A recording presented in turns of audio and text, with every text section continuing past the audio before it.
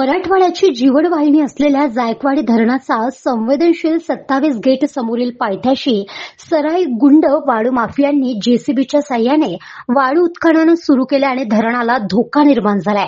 या प्रकरणामुळे परिसरात एकच खळबळ उडाली असून पैठणकर जनतेमध्ये भीतीचे वातावरण निर्माण झाले आहे। मात्र पोलीस आणि महसूल पाटबंधारे प्रशासन कुंभकर्ण झोपेचे सोंग घेत असल्याने जनतेमध्ये तीव्र असंतोष पसरला आहे।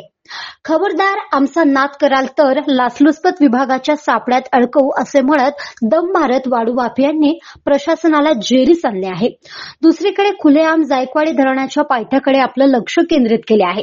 या प्रकारामुळे संभाजीनगर, जालना, बीड, नांदेड, परभणीपर्यंत गोदाकाठच्या लाखो नागरिकांसह मुक्या प्राण्यांची जीवितहानी तथा वित्तहानी होण्याची शक्यता धरणाचा 27 गेट समोरील पुलाच्या पायथ्याशी अवैध मार्गाने दिवसरात्र जेसीबी, ट्रॅक्टर तसेच धरणाच्या हाकेच्या अंतरावर गजगडबाबा मंदिर, जुने कावसांच्या गोदापात्रात बेसुमार वाळूचे उत्खननामुळे निर्माण झाली आहे। संवेदनशील असलेल्या जायकवाडी धरणाचा मुख्य 27 गेटच्या पायथ्याला धोका निर्माण झाल्यास याला जबाबदार कोण?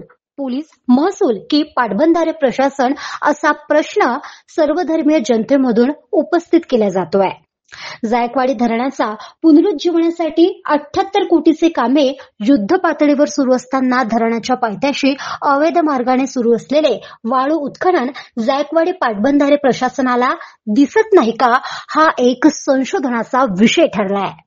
गाव माझा न्यूज करिता मनोज परदेशी, पैठण, छत्रपती संभाजीनगर।